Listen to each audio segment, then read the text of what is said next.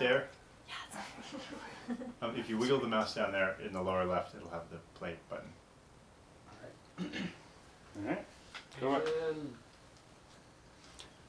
In July 2019, the government of Kazakhstan banned 140 numbers. In their place, they substituted one number, a number that they controlled. Go ahead.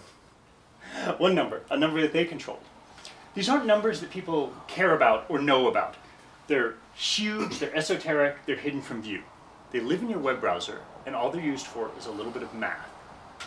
When you visit a website, it sends a number of its own. You take that number and one of the 140 and you put them into an equation. And if it checks out, then you're talking to who you think you're talking to. Now, the effect of the government of Kazakhstan substituting their number was that they got to decide who was trusted online. With this one number, they took over the internet in that country. Why? What reason did they give? They said that it was to combat terrorists, hackers, online fraud, and illegal content. They said that the people of Kazakhstan should feel comfortable that the government was stepping in and seeing to their safety and security. Fortunately, most of the geeks who keep the internet running don't live in Kazakhstan. They sent instructions to browsers worldwide to distrust the Kazakhstani key. So it's a showdown. On one side, it's the government of Kazakhstan, funneling their entire internet down to one key that they control. On the other side is a collection of browser geeks. Somebody has to blink. After 3 weeks, the government blinked. And the people of Kazakhstan can continue to use the internet in relative safety for now. But what made them think they could do this? What made them think that they could turn the internet into a police state? You might think it's China with their Great Firewall of China, but even that doesn't go this far. The answer is us. Between 1993 and 1996, the federal government under Clinton tried this exact same play in the US. The effort was embodied in a government program called the Clipper chip. The idea was that there was a small physical chip that would live in your computers and your phones that would be the only accepted way to do encryption. You would pass your message into it, and yes, it would encrypt it. But it would also spit out a second key, a key that when paired with a key that the government held could also decrypt your message. They said that it was to combat terrorists, hackers, online fraud, and illegal content. It's the same play. Declare a crisis, say that privacy is a luxury we can no longer afford, and blame it on terrorists, hackers, online fraud, and illegal content. And it was a terrible idea for thousands of reasons. In particular, it could only have ever worked and allowed eavesdropping on law-abiding civilians.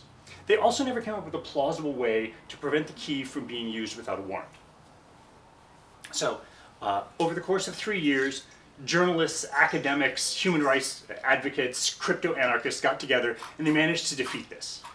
So, they won. Do we get to celebrate and move on? No. This is one of those interesting freedoms that we have to fight for over and over and over. Because you see, when Clipper didn't work in the 90s, the NSA went about getting the information a different way. They started hacking, tapping, and buying off major communications companies to get at the information any way that they could. And they were really smug about it. So, from there, with the Snowden revelations in 2014, tech companies said, screw this, we're going to encrypt everything everywhere that we can. So that's why you have a secure iPhone and WhatsApp and Signal and those sorts of things. Which brings us to today. And both our current administration and the government of China have come out with similar proposals, that systems not accessible to the government should not be allowed. Now, China's a little more on the nose, but they're singing the same tune. And that brings us to now, with the idea that the internet and computers are incredibly powerful communication technologies, but break them in just the right way, and they become a tool for essentially total control of the population. And the future of our right to privacy depends on how we handle that as a society. Thank you. Thank you.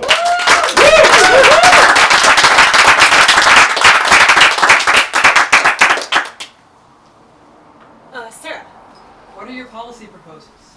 Policy proposals. I will not trivialize this by saying it's an easy one. It's a really hard one. The extremes are more or less sort of the thing that China is saying, which is we are going to pass laws and really get in companies and sort of people's faces and really be proactive about it, or really be very activist about it. The extreme other end is like, you can pry my encrypted smartphone on my cold dead hands, and people who are basically think that there is any sort of break in that wall, it becomes a slippery slope. So it's very hard to avoid sort of slippery slope arguments on either side. I am, in the process of this talk, spent a lot of time sort of thinking through that, and I tend to continue to gravitate toward the, if we try to build systems that can be abused, they will be abused. So I'm very much more on the side of that law enforcement is hard, and intelligence is hard, and it's supposed to be hard because privacy and the ability to have private conversations is a really important part of a free society. So I'm very close to the, if the government can't get in, that's okay, that's a trade-off for a free society. They've always managed to fight crime before digital communications, so... Yep, the phrase that you'll see is going dark. And so the intelligence law enforcement have been saying, oh, we're going dark, all the intel sources are drying up. They always tend to find a way, and with that sort of one slide about sort of what they decided to start doing in the mid-2000s, they found a way. So not that we're necessarily advocating that, they might say that they were sort of forced into that, but it's an important conversation to have, and yet I think at the end of the conversation, I would hope that we end up with a place where we can use the best available technology to protect ourselves and our data, and that that benefits a whole lot of people, and if it helps out a couple of criminals, well, there's a lot of other technology that helps criminals too. Do you have any, I don't know, tips on like what, I don't know anything about this topic, right? And so like for me, you know, I use technology all over the place. Like, do you have any basic tips? Yeah, I think it's going to depend on sort of who you worry about and what you care about. It would be perfectly reasonable to have a position where you say, and a lot of people do, like, I don't care what's on my phone. Here, do you want to, whoever government person, you want to take a look at it? I've got nothing to hide, which is totally reasonable. And at that point, do whatever you want. But at the same time, the same sorts of things, the same sorts of practices that I would recommend to say, keep your personal data secure from any adversary is at that point going to apply to sort of this thing that we're talking about here. Yeah. So obviously modern devices and updates, and there's all sorts of little technical stuff that is totally like I left out of the talk because it usually bores people to tears. Chat with you afterwards, but technology is getting really good, and if you let it do its thing, it will generally protect you quite well, which is sort of the point of a lot of the tech companies now. Cool. So I have a question, like, so where in this does like the human decision for the government to like go into personal devices come, like things like warrants? I think you mentioned it really quickly. But, so the sort of the Clipper idea was that don't worry, we're building a dangerous thing. It could technically be abused, but we're going to put all these safeguards in. And they laid out some in theory reasonable safeguards. They would take half of the key and put it with this government agency, and half the key put it with this government agency, and you'd need a warrant and take it over there. And so that was the idea, that we are building an incredibly dangerous, prone to abuse technology, but we're going to put safeguards around it. But things that they didn't answer were like, exactly what's the process? Or, hey, if you have to access this like multiple times a day, at some point you're going to automate it. Is the judge going to start like rubber stamping stuff, which is really a challenge. You can have a law in place, but if a judge just rubber stamps it. For example, if we go back a couple of slides to the, to one more, this one, sort of this kind of thing, this is actually the back door. This is not the front door that they were sort of legally supposed to be getting. There's a program called PRISM that was sort of the front door. This is muscular. This is the back door that they didn't tell anybody that they were doing. But going through that front door, there were like 1.3 million messages per day that were being snarfed up, and ostensibly every single one of those had, you know, a judge and the attorney general's like signature on it. But 1.3 million, like it's at that point the law becomes more of a about what's the code, what are the technical processes, rather than what's in the statute. So the danger of a lot of these systems is that the humans get taken out of the loop. Okay, that makes sense. Yeah. So I remember hearing a few talks on this topic a while back, but my understanding also is that like NSA and like different governments are constantly trying to hack encryption, and if they ever do, they're not going to tell anybody, right? So the question is, would we be in a better society if we just knew the government could snoop, or if they could snoop and we didn't know? Yeah, that's really tough. So I think one of the interesting ones is that NSA is actually two different agencies strapped together. And so if you see sort of schizophrenic things coming out of them, that's why. Because there are some of the people tasked with keeping our technical systems and communication systems secure sit in that building. And then just like on the other side of the building are people who are tasked with finding ways to break in and steal secrets. And sort of we need both of those really badly. But they sit in the same organization, so both those things come out. The types of secrecy that came out of that actually has historically just been a real pain point to academia, because you never know if what you're researching has already been discovered. And so that set back like the discovery of public key cryptography and some of the technologies that make the internet possible, like for a while, because there were people who discovered them and they couldn't talk about it. Right? When it finally came out, they were really pissed. They're like, I wanted to talk about this 20 years before. But that totally happens. I think like how much they do research and keep it to themselves is totally like national security policy.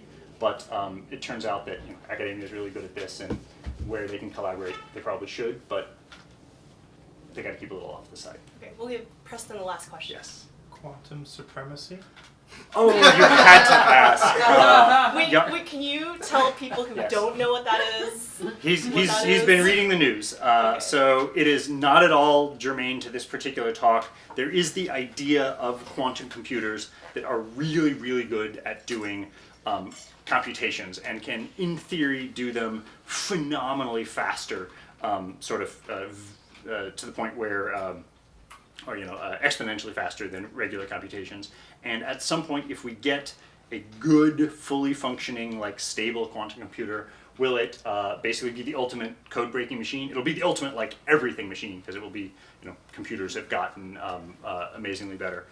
Quantum supremacy is this sort of sought-after milestone where a quantum computer can do something better than a traditional computer, or more appropriately, could do something that is essentially infeasible to do with a traditional computer.